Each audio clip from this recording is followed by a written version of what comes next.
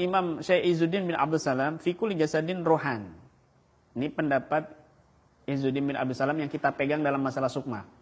Ya. Di dalam jasad ini ada dua ruh. Ini masuk pembahasan masalah sukma ya. Ihdahuma, yang pertama salah satunya ada ruhul yaqdha, adalah ruh yaqdha. Nah, inilah yang kita sebut dengan sukma. Allati ajrallahu al-'adata annaha idza kanat fil jasad kana al-insan mustaiqadhan. Yang Allah sudah tetapkan ya, bahwasanya Allah berlakukan bahwasanya ketika ruh yaqdha ini ada di jasad, kanal insan mustaiqidan, maka manusia ini tetap dalam keadaan sadar. Fa idza kharajat minal jasad namal insan, kalau dia ruh yaqdha ini keluar dari jasad, namal insan, maka manusia itu tidur, enggak sadar ya. Wara'at tilkar ruh al-manamat, maka ruh yaqdha ini melihat mimpi-mimpi. Nah, yang keluar dari jasad ke alam mimpi itu bukan ruhul haya, tetapi ruhul yaqdha. Ya, ruhul yaqdha. Ruhul yaqdha inilah yang kita sebut dengan sukma, begitu ya. Wal ukhra, yang kedua, ruhul haya, adalah ruh kehidupan. Allati ajrallahu al-'adata annaha idza kanat fil jasad kana hayyan. Fa idza faragathu mata, fa idza rajat ila hayy. Huyya. Maka yang Allah tetapkan, berlakukan padanya bahwa jika ruh hayat ini ada di dalam jasad kana hayyan, maka orang itu hidup. Fa'idha fagaratuh mata. Kalau ruh hayat ini keluar, pisah dari jasad, maka manusia itu mati. Ya, ketika kembali, maka Allah hidupkan kembali. Wahatanir ruhan, dua ruh ini, ruh yaqdha dan ruhul haya, fi batinil insan, ada di dalam tubuh manusia. La ya'rifu maqarrahuma, tidak mengetahui letaknya keduanya ini, ruhul yaqdha dan ruhul haya ini, ya, illa man atla'allahu ala dhalik, kecuali Allah berikan ilmu kepada orang yang Allah kehendaki. Fahuma kajaninain fi batni imra'atin wahidah. Ruh haya dan ruh yaqdha ini seperti dua janin kembar. Dua janin kembar di satu perut wanita. Jadi ini kembarannya. Ruh yaqdha ini, sukma ini kembarannya ruh, ibaratnya begitu, kembaran. Kembaran ini seperti janin ya, kembar ini. Nah, maka yang kita sebut di sini, di dalam manusia ini ada dua ruh. Ruh yaqdha, yaitu ketika ruh yaqdha ini masih ada dalam tubuh manusia, kesadarannya masih ada. Tapi kalau ruh yaqdha ini enggak ada, kesadarannya hilang. Inilah yang disebut kita sukma. Meskipun ruh yaqdhanya hilang, tetapi dia masih ada ruh hayat, artinya bisa hidup, masih normal. Masih bisa makan, masih bisa minum, tetapi enggak normal kesadarannya. Ya mungkin jerit-jerit sendiri, ketawa sendiri, ngakak sendiri, atau sesuatu melakukan hal dia enggak sadar dan lain sebagainya. Tapi masih bisa bergerak, jalan, tidur dan lain sebagainya. Tetapi untuk kesadaran pikirannya itu enggak ada. Nah, ini karena ruh yaqdhanya lepas dari jasadnya. Inilah yang kita sebut dengan sukma. Makanya di dalam buku Faidul Manan juz yang kedua itu saya jelaskan di sini, ya. Dan Imam Ibnul Qayyim, saya Ibnul Qayyim di sini menjelaskan, ya, menyebutkan secara singkat sudah saya sebutkan di dalam kitab Faidul Manan, agak panjang kalau saya buka bukunya ini. Di situ disebut adalah kuah, al-kuah. Tetapi Ibnul Qayyim, ya, al-kuah ini yang ada di tubuh manusia masing-masing. Tangan ada al-kuahnya sendiri, ada sukmanya sendiri. Kaki ada sukmanya sendiri, kepala ada sukmanya sendiri, mata ada sukmanya sendiri, mulut ada sukmanya sendiri, perut ada sukmanya sendiri. Ini pendapatnya Ibnul Qayyim. Itu disebut dengan al-kuah, dan Imam Ibnul Qayyim juga menyebutnya dengan arwah, ruh-ruh. Mata ada ruhnya. Jadi ada dukun mengambil ruhnya mata, matanya nggak kelihatan. Ada dukun mengambil ruhnya kaki, lumpuh, stroke, dan sebagainya. Ini yang dinamakan oleh Syekh Ibnul Qayyim dengan al-quwa atau arwah. Ya. Tetapi saya lebih memilih pendapat yang Syekh Izzuddin bin Abdul Salam. Jadi di sini saya jelaskan, ya. Dalam tubuh ada dua ruh, ruh hayat dan ruh yaqdha. Ruh yaqdha disebut sebagai nafasnya. Ya, ruh yaqdha ini sebutnya juga an-nafas yang keluar tadi itu. Nah, itu sama dengan pendapatnya Imam Muqatil. Yang menjalankan fungsi tubuh, dan inilah yang kita sebut dengan sukma. Jika posisi yakbahnya keluar dari jasad sementara hayatnya masih ada, ruh hayatnya masih ada, maka manusia tetap hidup tapi mati secara fungsi. Nah, ini realita fenomena ini tidak bisa kita ingkari, fenomena orang tidur. Orang tidur ruh yakbahnya ini nggak ada, keliling-keliling, ngimpi, ketemu mantan, apa misalnya dia dapat harta karun, apa mungkin misalnya dia dapat uang banyak, karena dia kebelet mau kawin, sudah ngoyo dia kerja keras, akhirnya sampai ke bawah mimpi dapat harta karun. Dapat harta karun, luar biasa, sampai kebangun dia sampai meluk-meluk. Ternyata yang dipeluk itu adalah herbal. Kelor, yang dipegang itu kerdus. Saking ngebetnya dia pingin dapat modal buat kawin. Kebawa mimpi. Ini ruh yakbahnya yang bermain-main di dalam mimpi, kan begitu. Yang gojloki dia gitu loh, ibaratnya gitu. Ya. Saking parahnya begitu kan. Nah, itu orang yang tidur.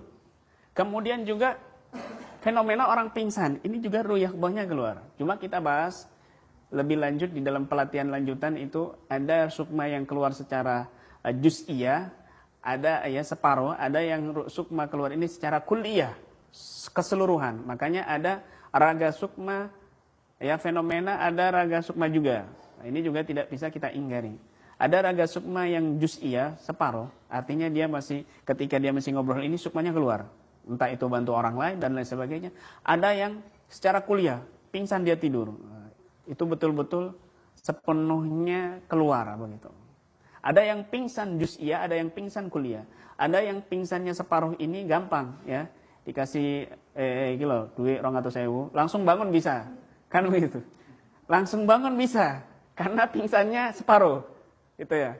Tapi kalau pingsannya keseluruhan, mau kamu kasih 1 juta dia nggak akan bangun-bangun, kan begitu. Karena keseluruhan juz'iyah dan lain sebagainya. Itu. Ruh dan nafas itu satu. Ya. Ini dua pendapat ulama, pendapat yang lain mengatakan ruh dan sukma itu satu. Setiap organ tubuh manusia ini ada al-Quwa, ini pendapatnya Ibnul Qayyim ya. Ruh dan nafas itu satu. Beda dengan pendapatnya Izzuddin bin Abdul Salam. Ya. Saya lebih memilih pendapatnya Izzuddin bin Abdul Salam. Sedangkan Ibnul Qayyim sendiri, ruh dan nafas itu satu. Ya satu, cuma sifatnya beda-beda gitu. Adapun organ manusia ini memiliki kuah, arwah begitu ya. Jadi kalau ada yang lumpuh diserang sama dukun, berarti dia dihancurkan ruh kakinya, ruh tangannya. Kalau misalnya matanya yang bermasalah disihir, maka itu ruh matanya, kan begitu. Itu juga sama dinamakan sukma. Jadi sukma menurut Izzuddin bin Abdul Salam yaitu satu, keseluruhan. Ya, yang disebut dengan ruh yakbah. Adapun sukma yang dimaksud Ibnul Qayyim adalah banyak tempat, di kaki, di tangan, di perut, di mata, di penglihatan, di pendengaran, itu namanya sukma juga. Yang disebut oleh Ibnul Qayyim dengan al-Quwa atau arwah begitu ya. Nah, makanya fenomena sukma ya, raga sukma itu ada. Kita tidak bisa pungkiri itu. Ya. Kesadarannya hilang dan lain sebagainya, atau diambil oleh dukun dan lain sebagainya ya. Itu ada yang sukmanya atau roh yakbahnya keluar dari tubuhnya, maka ini bisa kita bantu ya. Sudah banyak video-videonya di channel Ruqyah Aswaja, silakan nonton. Ada itu. Ada di mana dia ini nggak sadar, bukan karena roh yakbahnya hilang, tetapi pikirannya yang rusak, konslet. Nah, ini bisa kita katakan sesuai dengan pendapatnya Ibnul Qayyim, bahwa ruh pikirannya, ruh otaknya ini hilang, tidak ada di tempat. Nah, ini juga bisa disebut dengan sukma dan lain sebagainya. Inilah pendapat para ulama Ahlus Sunnah wal Jamaah yang berkaitan dengan sukma. Ya. Berkaitan dengan sukma. Jangan keluar dari pendapat-pendapat ini. Jangan keluar dari pendapat-pendapat ulama Ahlus Sunnah wal Jamaah ini ya, yang jelaskan di kitab Syarhus Sudur bi Syarhi Haulil Mauta wal Qubur dan di kitab Syekh Ibnul Qayyim. Mereka ini mengambil data dengan lengkap, dalil Al-Quran, hadis, pendapat para ulama di sini ya. Bahkan cerita-cerita yang tadi malam itu saya ceritakan itu baru secuil, baru 1/10-nya. Bukti-bukti data-data orang-orang yang bermimpi yang sudah meninggal dunia dari orang-orang soleh. Kalau saya bahas semuanya bisa sampai zuhur kemarin itu ya, tadi malam itu ya. Kalau saya jelaskan satu persatu dan semuanya itu memiliki hikmah yang sangat luar biasa pembahasannya. Jangan lepas dari pendapatnya para ulama Ahlus Sunnah wal Jamaah karena mereka orang yang ahli, bahkan Imam Suyuti ini ya luar biasa. Beliau ini pernah ditantang untuk masuk ke dimensi gaib. Bahkan pernah ditantang untuk melipat waktu dengan sesingkat mungkin dan dilakukan oleh Imam Suyuti dan berhasil. Kita akan bahas suatu saat nanti karomah beliau dengan datanya ya, dengan referensinya insyaallah. Makanya pendapat-pendapat ahli filsafat Yunani dan sebagainya atau ahli hipnoterapi dan sebagainya yang mereka berdasarkan berdasarkan versi-versi pemikiran mereka ya, tajrib-tajrib mereka, tetapi tidak didasari dengan dalil-dalil Al-Quran dan hadis, ini diragukan. Mereka ini para ulama bukan tidak ada tajrib, tapi ada tajrib, ada pengalaman praktek. Dan semua itu bersandarkan dengan dalil Al-Quran dan hadis. Ya, tidak sembarangan. Ini lebih kuat dan ini lebih aman daripada kita mengikuti pendapat-pendapat misalnya ahli hipnotis dan lain sebagainya. Jangan, ya. Jangan. Ya. Apa enggak dibahas ilmu hipnotis? Wah, ente yang terlambat infonya, ya. Dengarkan ya ahli hipno. Apakah enggak dibahas hipnoterapi itu? Saya mau menyebutkan dalilnya dari sekarang sampai subuh pun bisa, nggak akan habis-habis ya. Dalil dari Al-Qur'annya dan hadisnya. Sedangkan Wahabi Salafi itu mengharamkan ilmu hipno. Ya, ilmu hipno. Sedangkan Ahlus Sunnah wal Jamaah tidak. Kecuali kalau ilmu hipno ini digunakan untuk yang negatif, ya, kejahatan dan sebagainya, ini haram, jelas ini haram. Tapi ilmu hipno ini ada dalil dari Al-Qur'an dan hadisnya, ya, tidak sembarangan. Ada satu hal untuk sesuatu yang positif, pengobatan dan lain sebagainya yang berkaitan dengan psikis dan mental. Dan semua ini berkaitan juga dengan sukma, dengan ruh dan ruhul yaqdah, dengan ruhul hayat dan ruh yaqdah. Ini untuk lebih jelasnya bagaimana cara penanganan mengambil sukma orang yang hilang, sukma yang diculik, ya, bagaimana kok bisa sukma yang diculik. Jangan sukma ini dengarkan orang-orang yang dari kalangan Aswaja sendiri yang dulunya nyinyir ya, mencibir kami tentang masalah sukma. Apa itu kok diruqyah dalam bahas-bahas sukma? Jangan ikut-ikutan Wahabi Salafi. Giliran ente sudah paham, juga sekarang ngakui, bahkan mempraktekannya. Dulunya mencibir kami, dulunya merendahkan kami, bahkan menyinggung di Facebook dan sebagainya. Kami punya bukti screenshotnya dan lain sebagainya. Ya. Giliran sudah paham, sudah terjun sendiri, baru dia mengakui dan lain sebagainya. Begitu. Jangan ikut-ikutan Salafi Wahabi, jangan. Yang mereka ini menentang masalah sukma dan lain sebagainya. Akhirnya nanti lama-kelamaan Wahabi Salafi sudah sadar, kamu yang belum sadar kan gitu. Nah, Wahabi Salafi sudah sadar masalah sukma, kamu masih tetap begitu. Jangan. Sudah dibahas para ulama masalah sukma itu, masalah ruh yaqdah itu. Nah, mana ada sukma diculik sama jin? Nah, ente ngaji sini, duduk. Nanti saya jejelin kitab ini ke muka ente, plek. Nah, ente pingsan dulu ya, sukmanya keluar, nanti saya sadarkan. Nah, baru sadar, baru kita buka bukunya. Jadi tempeleng dulu sama kitabnya ini, apalagi kitab Ruh Imam Suyuti ini, plek sekalian ruhnya keluar, ya kan? Nah, mati, innalillahi wa inna ilaihi raji'un. Sadar, bangkit ya, berarti dia masih hidup. Allah kasih kesempatan hidup, baru kita bukakan kitab Ar-Ruhnya. Ayo ngaji begini, begitu. Mana ada sukma keluar diculik jin-jin. Loh, saya di kitab apa yang ente baca? Hah? Kitab apa? Kitab novel? Kitab komik? Apa kitab pernikahan? Atau kitab Injil yang ente baca dan sebagainya? Baca sini kitab yang benar ulama-ulama Ahlus Sunnah wal Jamaah. Ente paham nanti masalah itu ya. Jangan sukma. Nih dengarkan baik-baik ya. Ya. Ini bulan puasa, jadi saya agak sedikit lembut marahnya. Kalau bulan puasa, saya banting HP-nya ini ya, sama laptopnya ini. Ya, streaming ini saya sambil banting-banting laptop ini ya. Saking ini bulan puasa. Dengarkan baik-baik. Jangan sukma. Jasad, ruh, sekalipun diculik sama jin itu pernah terjadi. Masa? Loh, ada datanya kok. Ini riwayatnya Imam Bukhari kok. Bahkan ini terjadi sahabat Nabi, Sayyidina Umar bin Khattab. Seorang perempuan yang suaminya hilang 4 tahun. Kemana itu? Itu bukan sukmanya, bukan ruhnya. Itu jasadnya diculik sama jin kafir. Kemudian setelah 4 tahun kembali lagi. Itulah terjadi hukum fikih perempuan yang hilang sudah 4 tahun, maka dia talak, cerai kan begitu. Terjadi hukum fikih itu gara-gara kejadian ini. Nah, itu bukan sukmanya saja yang hilang. Tapi ruh dan jasadnya diambil. Apalagi masalah ruh, masalah sukma. Kan bil aula lagi.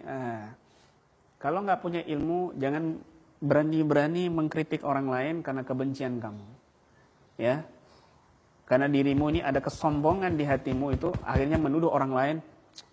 Baru kemarin kok sosokan bahas masalah sukma. Saya yang ahli hipno, ya saya yang ahli ini, lebih paham kok. Salah semua begitu.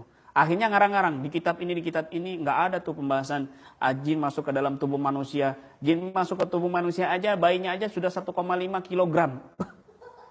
Ente kitab apa yang ente baca itu?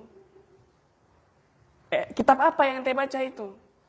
Kalau mau diskusi, ayo sini bawa kitab yang katanya ente itu. Bayi jin itu 1,5 kilogram di dalam tubuh manusia. Berapa banyak mereka ini? Kalau masuk 1,5 kilogram itu misalnya ada 3 jin, nggak bisa jalan. Ini berapa banyak orang yang ribuan bahkan di dalam tubuhnya ada jin. Nggak baca hadisnya Nabi ente. Hadisnya Nabi aja nggak baca, apalagi kitab-kitab para ulama tentang masalah jin.